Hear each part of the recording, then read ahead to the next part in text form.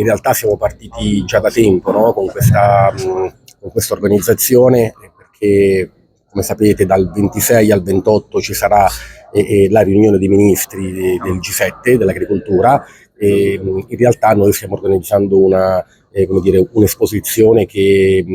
si svolgerà non solo durante i giorni del G7 ma anche nei giorni antecedenti, quindi dal 21 al 29 settembre,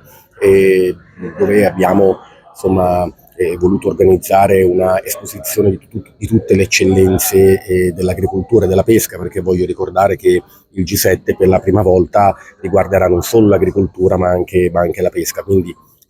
Siracusa, come dire, si presta per la sua storia, perché riesce ad unire entrambe, no,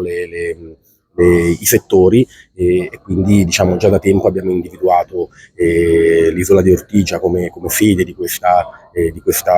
esposizione. Abbiamo pubblicato delle manifestazioni di interesse rivolte a tutti gli operatori, abbiamo avuto una grandissima adesione e insomma stiamo cercando di destinare le varie aree di Ortigia agli operatori che ci hanno chiesto di poter partecipare.